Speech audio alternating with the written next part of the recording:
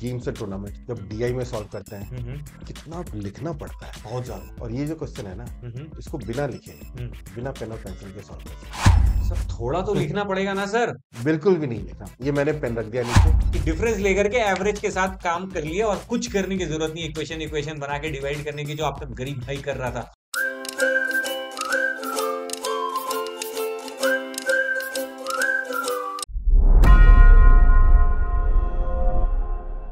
नमस्कार जनता, मैं एडुटेनर कुमार एज विद्यार्थी अर्जुन, मैं एडुटेनर नितिन एज गुरु द्रोणाचार्य आपका बहुत बहुत स्वागत करते हैं कैट 2021 के स्लॉट 2 से लिए गए इस सवाल में, जो कि एवरेजेस का है। और ये किसी फुटबॉल टूर्नामेंट सर, ये गेम्स और टूर्नामेंट आजकल क्वांट में भी आने लग गया, क्या छुपा रखा है सर इसमें? गेम्स एंड टूर्नामेंट जब डीआई में सॉल्व करते हैं कितना लिखना पड़ता है, बहुत ज्यादा। और ये जो क्वेश्चन है ना, इसको बिना लिखे बिना पेन और पेंसिल के सॉल्व कर सकते हैं। एक जगह पे एस्से लिखना पड़ता है और एक जगह सर बोलते हैं मेंटली हो जाए। तो देखते हैं कि मेंटली आखिर ये सर करते कैसे हैं। देखिए, सवाल आपके कंप्यूटर स्क्रीन पे सामने पड़ा हुआ है, थोड़ा सा लंबा है। इसको आराम से 3 से 5 मिनट अटेम्प्ट करिए और फिर वापस आके वीडियो को रिज्यूम करिए।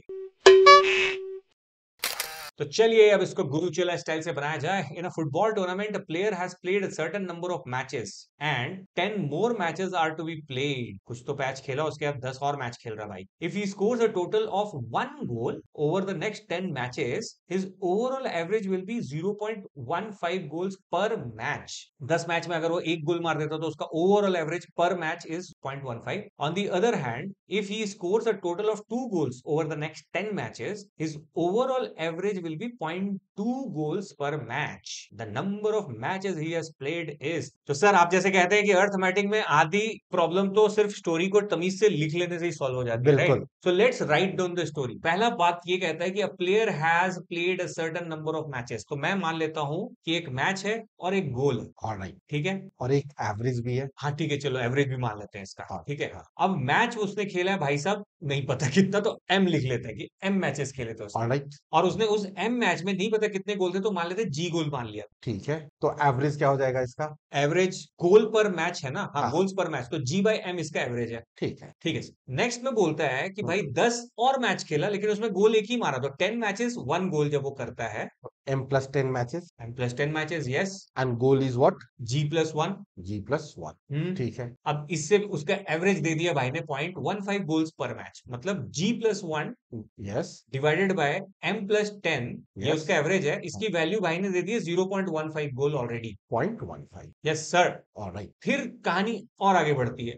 उसमें बोलता है कि M+10 मैचेस ही खेलेगा, हाँ, लेकिन गोल जो है एक की जगह 2 मार देगा, मतलब G+2 टोटल गोल मार देता है। ओके, तो इसका एवरेज हो गया G+2 डिवाइडेड बाय M+10, बिल्कुल सही। और उसकी वैल्यू भाई ने दे दी है 0.2। परफेक्ट। तो सर ये तो बन गया, M+10 दोनों का डिनोमिनेटर कॉमन है। हाँ, तो G+1 डिवाइडेड बाय G+2 हाँ, is equal to 3/4। Alright. So इसे सॉल्व करके आ जाएगा G+1 divided by G+2 it is equal to 0.15 by 0.2, जो कि क्या होगा? 3/4। 3/4। सो इसे G आ जाएगा। ये बात आ जाएगा सर, जी की वैल्यू 2 आ जाएगी। परफेक्ट। क्वेश्चन बोल रहा है कि the number of matches he has played. So sir total number of matches तो M+10 खेलेगा ना वो। नहीं, ये कहाँ पे गिवन है?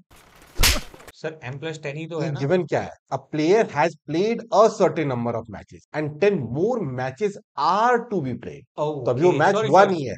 सॉरी गॉली, फ्यूचर की बातें चल रही है, sorry my bad. So M का वैल्यू निकालना है उसमें, यस, राइट? अब तो एम का वैल्यू निकालना तो किसी भी एक इक्वेशन में बिठा देते हैं। That's right. सो ये G की वैल्यू सब्स्टिट्यूट कर दूं मैं, हाँ सर, इसमें बिठा देते हैं G+2, तो यानी 2 कि plus 2 2+2 by M+10 it is equal to 0.2 0.2। इसे सॉल्व करके M की वैल्यू 10 आ 10 जाएगी, आ जाएगी। And that yes. Is your answer. रुको जरा।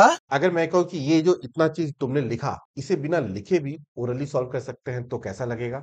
कुछ भी। सर थोड़ा तो लिखना पड़ेगा ना सर। बिल्कुल भी नहीं लिखना। ये मैंने पेन रख दिया नीचे। भाई लोग, पेन ड्रॉप पीडीपी शुरू हो गया हमारा, लेट्स सी। Now, अब यहाँ पे क्या गिवन है? That if he scores a total of 1 goal over the next 10 matches, his overall average will be 0.15 goal per matches.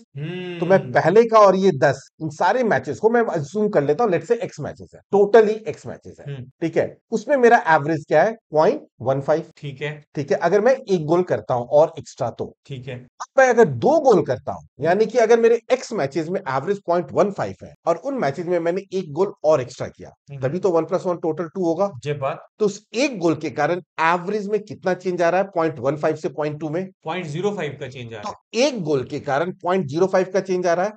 So okay, एक गोल एंड पर match there is a change of how much 0.05। तो कितने matches हो गए? कितने matches हो गए? ओहो, that is how much 1 by 0.05 0.05 which is 20। 20, 100 by 5 which is 20। That's right. तो ये जो 20 है टोटल मैचेस है और उसमें से 10 तो वो बाद का है ना। हाँ तो सर, ओरिजिनली कितने मैच थे? 10 मैच। 10 मैच। तो सर लेकिन एक बार मेरे से गरीब बच्चों के लिए जो आपने बोला सर, हाँ, उसको प्लीज लिख भी दीजिए एक बार। तो यही सिनेरियो था ना। जय बात सर। ठीक है, अब यहाँ पे देखो total number of goals G+1 है, हम्म, यहाँ पे total number of goal G+2 है। हाँ, यस और नो, कितने का डिफरेंस हो रहा है? 1 का, 1 गोल। और एवरेज में कितने का चेंज हो रहा है? 0.05 का। 0.05। ये 0.05 क्या रिप्रेजेंट कर रहा है? सर गोल्स पर मैच रिप्रेजेंट कर तो रहा मैं है। लिख देता हूं goals divided by the match. Number of matches. Yes और नो। यस और सर। ये 1 क्या रिप्रेजेंट कर रहा है? Goal. Yes sir.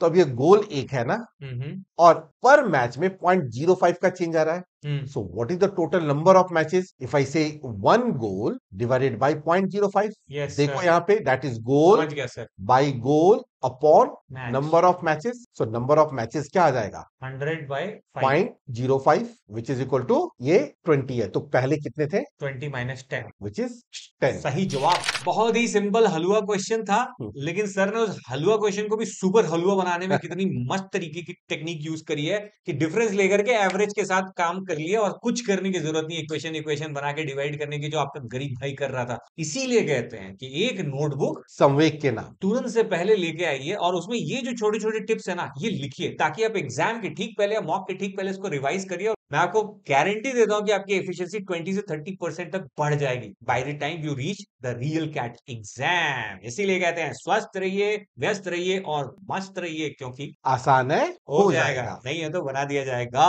Tata, आइडियोस, bye bye guys, जय हिंद। म्यूजिक